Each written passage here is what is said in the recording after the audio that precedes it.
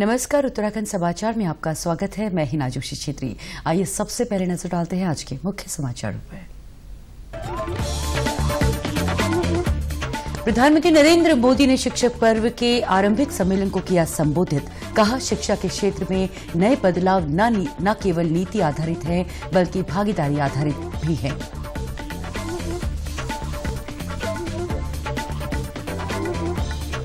मुख्यमंत्री पुष्कर सिंह धामी ने देहरादून में स्वास्थ्य संवाद 2021 का किया शुभारंभ। कहा, संवाद कार्यक्रम के माध्यम से राज्य में स्वास्थ्य सेवाओं को और बेहतर बनाने का किया जा रहा प्रयास।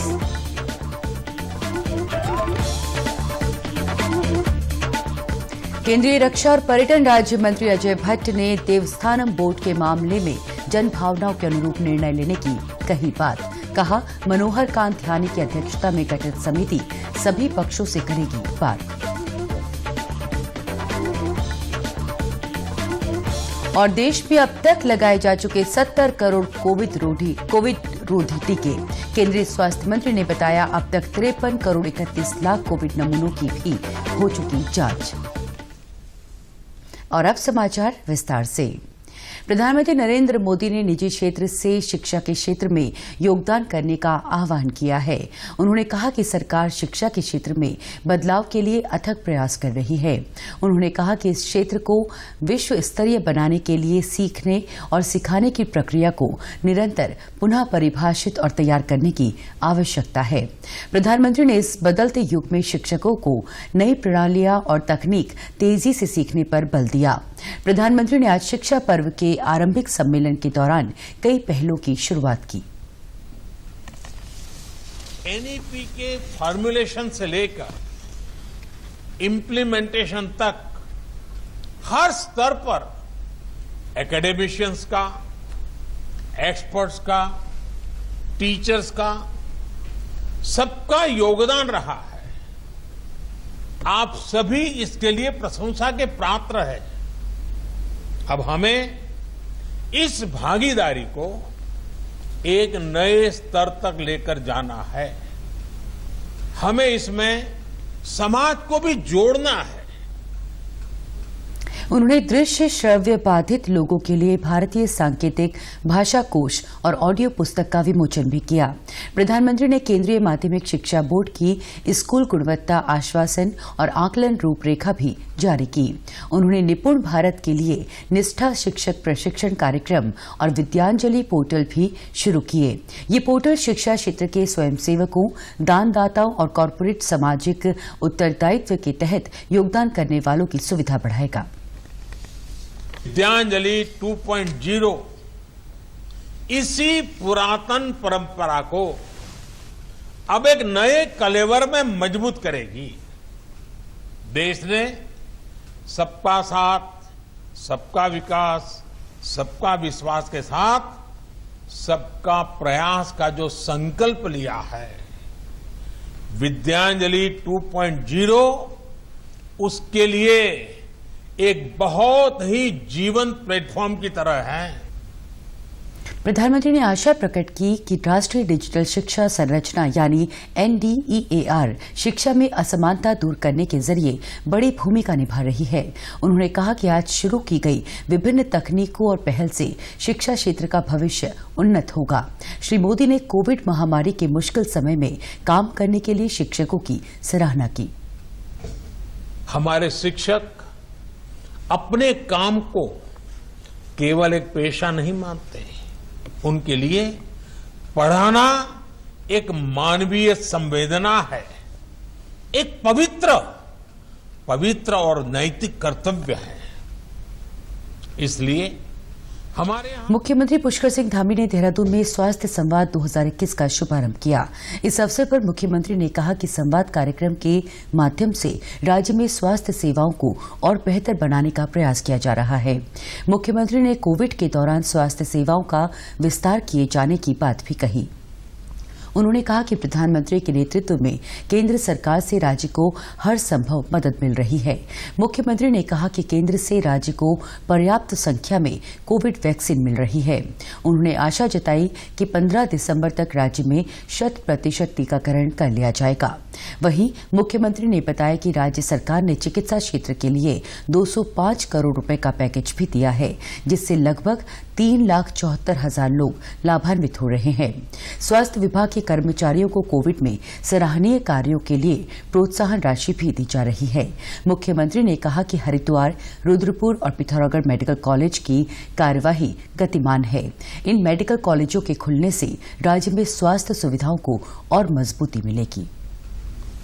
मैं देश के यशस्वी प्रधानमंत्री जी का धन्यवाद करना चाहता हूं कि हमने उनसे अधिक वैक्सीन देने का अनुरोध किया था। आज हमको अधिक वैक्सीन मिल रही है। यहाँ पर अभी हम लोगों ने मिशन खुशियों का भी जो है उसको भी अभी लॉन्च किया है। जो गर्भवती जो हमारी बहनें हैं उनको घर से ले जाएगी और प्रसव के बाद घर तक छोड़कर आएगी। इसके साथ साथ 207 ऐसी जांच जो है निःशुल्क रूप से स्वास्थ्य विभाग के द्वारा वो भी जो है एक योजना चलाई गई है। वो भी योजना चलेगी। छोटे छोटे सभी सरकारी अस्पतालों में जांच चलेगी। अन्य जो हमारे बहुत सारे काम हैं वो चल रहे हैं। 3 नए मेडिकल कॉलेज अभी बन रहे हैं। पिथौरागढ़ में बन रहा है, रुद्रपुर में बन रहा है और हरिद्वार में बन रहा है। इसके अलावा तीसरी लहर की संभावित तीसरी लहर के लिए भी हमारी पूर्ण तैयारी हो गई है। कार्यक्रम में उपस्थित विधानसभा अध्यक्ष प्रेमचंद अग्रवाल ने स्वास्थ्य सुविधाओं को मजबूती प्रदान करने के लिए इस तरह के स्वास्थ्य संवाद कार्यक्रम को उपयोगी बताया। वहीं स्वास्थ्य मंत्री डॉ धन सिंह रावत ने बताया कि गर्भवती महिलाओं के लिए खुशियों की सवारी के तहत अगर एम्बुलेंस नहीं मिल पा रही है तो सरकार ने उसके लिए भी व्यवस्था की है। ऐसे में 102 पर फोन करके आसपास की ही प्राइवेट गाड़ी से अस्पताल पहुंचने पर गाड़ी का किराया सरकार वहन करेगी। अब हमारी सरकार ने नई जो लॉन्चिंग की हमारे मुख्यमंत्री जी के द्वारा आज कि अब जो भी गर्भवती महिला हो वो 102 नंबर पर फोन करेगी, उसको लाने का काम भी हमारी सरकार करेगी और जब बच्चा जो है जच्चा बच्चा हो जाएगा तो उनके परिवार को, बच्चे की मां को और बच्चे को घर तक छोड़ने का भी काम करेगी। कार्यक्रम में नेता प्रतिपक्ष प्रीतम सिंह ने कहा कि पर्वतीय और ग्रामीण क्षेत्रों में स्वास्थ्य सुविधाओं को और मजबूती प्रदान करने की आवश्यकता है। उन्होंने कोविड की संभावित तीसरी लहर के दृष्टिगत व्यवस्थाओं को और मजबूत बनाने पर जोर दिया। पर्वतीय क्षेत्र है, उस पर्वतीय क्षेत्र में सारा का सारा लोगों का जो है जो सरकारी व्यवस्था है उस पर निर्भर रहते हैं और वहाँ पर जो मूलभूत जो है चीजें होनी चाहिए उसका नितांत अभाव है। और मैंने मंच के माध्यम से कहा कि आप पर्वतीय क्षेत्र में स्वास्थ्य सेवाओं को मजबूत करने का काम करें। संवाद कार्यक्रम में जनप्रतिनिधियों ने भी अपने सुझाव दिए। विकासनगर विधायक मुन्ना सिंह चौहान ने पंचायत स्तर पर मल्टीपर्पज इंफ्रास्ट्रक्चर को जोड़ने और टेलीमेडिसिन को बढ़ावा देने का सुझाव दिया। उन्होंने कहा कि सरकार इस पर अमल करती है तो स्वास्थ्य क्षेत्र में लोगों को बड़ी राहत मिलेगी। तो सेंट्रल हॉस्पिटल्स हैं उससे नेट के माध्यम से बहुत इफेक्टिवली कनेक्ट करें ताकि जो साधारण प्रारंभिक उपचार है वो कंसल्टेशन विशेषज्ञों के साथ दूर बैठ करके ऑनलाइन हो सकें। जब तक उनको हॉस्पिटलाइजेशन की जरूरत नहीं पड़ती तब तक बहुत सारी चीजें ऑनलाइन ही टेलीमेडिसिन वगैरह के माध्यम से, टेली कंसल्टेशन के माध्यम से उसको कराया जा सकता है। ये सुझाव मैंने प्रमुखता से रखा है और थोड़ा सा मैंने ये कहा है कि मल्टीपर्पज इंफ्रास्ट्रक्चर भी हम पंचायत के स्तर पर जोड़ लें जो सभी परिस्थितियों में काम आए तो भी अच्छा रहेगा। केंद्रीय रक्षा और पर्यटन राज्य मंत्री अजय भट्ट ने कहा है कि देवस्थानम बोर्ड के मामले में जनभावनाओं के अनुरूप सरकार को निर्णय लेना चाहिए। देहरादून में आज पत्रकारों से बातचीत में उन्होंने इस संबंध में मनोहर कांत ध्यानी की अध्यक्षता में समिति गठित किए जाने को अच्छी पहल बताया। उन्होंने कहा कि वे सभी पक्षों से बात करके अपनी रिपोर्ट सरकार को सौंपेंगे। जो जनभावना है उसके अनुरूप वो लचीली होनी चाहिए। तो हमारी सरकार ने फिलहाल रोक लगाते हुए एक आयोग का गठन कर दिया है। उसमें बहुत ही अच्छे व्यक्ति जो हैं, ईमानदार व्यक्ति जो हैं, न्यायप्रिय व्यक्ति हैं, मनोहर कांत ध्यानी जी, वो पूर्व में सांसद भी रहे हैं माननीय ध्यानी जी को इस समय कैबिनेट का स्तर भी दिया गया है, वो इसको अच्छी तरह देख रहे हैं। जो उनका निर्णय आएगा उसके आधार पर सरकार काम करेगी। भारत ने आज कोविड रोधी टीका लगाने में महत्वपूर्ण उपलब्धि हासिल की है। स्वास्थ्य मंत्री मनसुख मांडविया ने कहा है कि देश में अब तक 70 करोड़ टीके लगाए जा चुके हैं।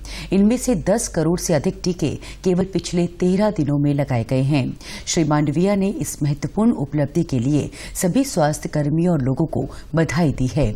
स्वास्थ्य और परिवार कल्याण मंत्रालय ने बताया है कि कल 1 करोड़ 13 लाख से अधिक लोगों को टीका लगाया गया। स्वस्थ होने की दर 97.48% है। अब तक 3 करोड़ 22 लाख से अधिक रोगी स्वस्थ हुए हैं। वर्तमान में 3,92,864 रोगियों का इलाज चल रहा है। अब तक 53 करोड़ 31 लाख कोविड नमूनों की जांच की जा चुकी है। मुख्यमंत्री पुष्कर सिंह धामी ने आज देहरादून नगर निगम कार्यालय का औचक निरीक्षण किया। इस अवसर पर उन्होंने अनेक कक्षों का निरीक्षण किया। मुख्यमंत्री ने अधिकारियों को निर्देश दिए कि नगर निगम में अपने विभिन्न कार्यों के लिए आने वाले लोगों की समस्याओं का त्वरित समाधान किया जाए। सभी काउंटर पर कार्य की टाइमिंग को चस्पा किया जाए। वहीं आगंतुकों के बैठने के लिए पर्याप्त व्यवस्था की जाए। निरीक्षण के दौरान मुख्यमंत्री ने आगंतुकों से बातचीत कर उनसे कार्यों की प्रगति जानी। मुख्यमंत्री ने अन्य विभागों के भी औचक निरीक्षण की बात कही। उन्होंने कहा कि कार्यों के सरलीकरण, समाधान और निस्तारीकरण पर विशेष ध्यान देने की जरूरत है। जन समस्याओं का त्वरित समाधान हो, अधिकारियों को इसका प्रयास करना चाहिए। बैंक ऑफ इंडिया अपना 116वां स्थापना दिवस मना रहा है। इसी के तहत बैंक ऑफ इंडिया देहरादून अंचल के कार्यालय में विभिन्न प्रकार के कार्यक्रम आयोजित कर रहा है। आंचलिक प्रबंधक जय नारायण ने बताया कि बैंक केंद्र और राज्य सरकार की योजनाओं को धरातल में उतारने के लिए कई कार्य कर रहा है। स्थापना दिवस के अवसर पर प्रधान कार्यालय द्वारा 2 योजनाएं व्हाट्सएप बिजनेस बैंकिंग और को लैंडिंग बैंकिंग लॉन्च की गई है। बैंक ने ग्राहकों के लिए MSME welcome offer, QR code और खुदरा ऋण पर प्रोसेसिंग चार्ज माफ करने वाली योजनाएं भी शुरू की हैं। बैंक ऑफ इंडिया जो हमारे प्रधानमंत्री जी की जो मुद्रा योजना है, उस मुद्रा योजना के तहत युवाओं को स्वावलंबी बनाने के लिए उसमें 3 तरह की योजनाएं रखी है। उसमें एक होता है सर शिशु, दूसरा होता है किशोर और तीसरा होता है तरुण। यहाँ पर जो शिशु योजना है उसमें विदाउट एनी सिक्योरिटी, कोलेट्रल के बिना लोन दिया जाता है।